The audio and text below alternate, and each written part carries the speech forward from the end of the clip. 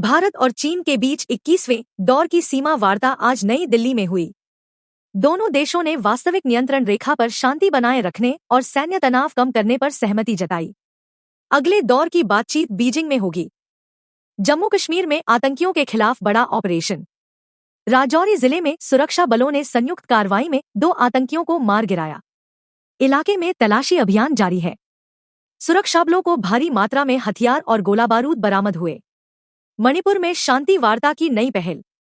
केंद्र सरकार ने मणिपुर के हालात सामान्य करने के लिए स्थानीय समुदायों के प्रतिनिधियों के साथ संवाद शुरू किया। हिंसा प्रभावित क्षेत्रों में सुरक्षा बलों की तैनाती बढ़ाई गई। सुप्रीम कोर्ट का बड़ा फैसला, एक देश एक चुनाव पर सुनवाई तय। सुप्रीम कोर्ट ने केंद्र सरकार की एक देश एक चुनाव याचिका पर 18 अक्टूबर को सुनवाई तय की। विपक्षी दलों ने इसे लोकतांत्रिक ढांचे के लिए चुनौती बताया। वैश्विक बाजार में सोने चांदी की कीमतों में उछाल। मध्य पूर्व में तनाव बढ़ने से निवेशकों ने सुरक्षित निवेश का रुख किया, जिससे सोने की कीमत 70,000 रुपए प्रति 10 ग्राम के पार पहुंची। चांदी भी 87,000 रुपए प्रति किलो हो गई।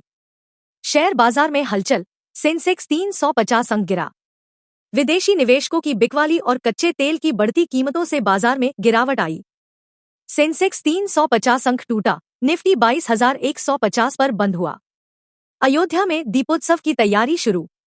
राम मंदिर के उद्घाटन के बाद पहला दीपोत्सव भव्य स्तर पर मनाया जाएगा। इस बार 25 लाख दिए जलाने का लक्ष्य रखा गया है। देश भर से श्रद्धालु आने की संभावना है।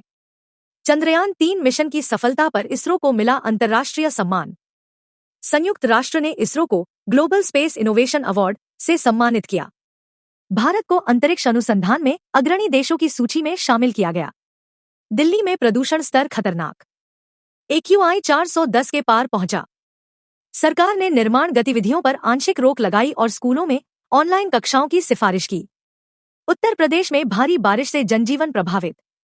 लखनऊ, वाराणसी और प्रयागराज में लगातार बारिश से जलभराव की स्थिति बनी। राहत दल सक्रिय हैं, 12 जिलों में रेड अलर्ट जारी। भारत पाक क्रिकेट मैच को लेकर सुरक्षा बढ़ाई गई। विश्व कप के सुपर 8 मुकाबले में भारत और पाकिस्तान आमने सामने होंगे। अहमदाबाद में मैच से पहले 5,000 से अधिक सुरक्षाकर्मी तैनात किए गए। इलेक्ट्रिक वाहन नीति पर नई घोषणा। केंद्र सरकार ने घोषणा की कि 2030 तक सरकारी विभागों में 100% इलेक्ट्रिक वाहन होंगे।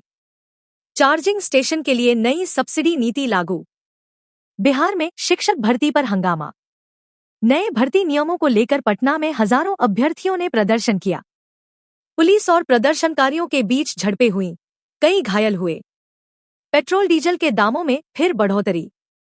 केंद्र ने अंतर्राष्ट्रीय कीमतों के कारण पेट्रोल में 1 रुपया 20 पैसे और डीजल में 80 पैसे प्रति लीटर की वृद्धि की। विपक्ष ने इसे जनता पर बोझ बताया। प्रधानमंत्री मोदी का मध्य प्रदेश दौरा। प्रधानमंत्री ने भोपाल में 5,000 करोड़ की विकास परियोजनाओं का उद्घाटन किया। उन्होंने कहा, 2030 तक भारत विश्व की तीसरी सबसे बड़ी अर्थव्यवस्था बनेगा। ओलंपिक क्वालिफायर में भारतीय महिला हॉकी टीम की जीत। भारत ने जर्मनी को 3-1 से हराकर सेमीफाइनल में प्रवेश किया। कप्तान सविता पुनिया के शानदार प्रदर्शन की सराहना हुई। बॉलीवुड अभिनेता रणबीर कपूर को मिला नेशनल अवार्ड। फिल्म रामायण में श्रीराम की भूमिका के लिए रणबीर कपूर को सर्वश्रेष्ठ अभिनेता का राष्ट्रीय पुरस्कार मिला। रेल मंत्री ने नई भारत गौरव एक्सप्रेस की शुरुआत की। नई ट्रेन दिल्ली से रामेश्वरम तक धार्मिक पर्यटन को बढ़ावा देने के लिए शुरू की गई। ट्रेन में अत्याधुनिक सुविधाएं और सौर ऊर्जा आधारित पावर सिस्टम है। AI आधारित सरकारी पोर्टल सहज सेवा लॉन्च। केंद्र ने नागरिक सेवाओं को आसान बनाने के लिए आधारित पोर्टल लॉन्च किया। यह पासपोर्ट, ड्राइविंग लाइसेंस और पेंशन सेवाओं को एक प्लेटफॉर्म पर जोड़ेगा।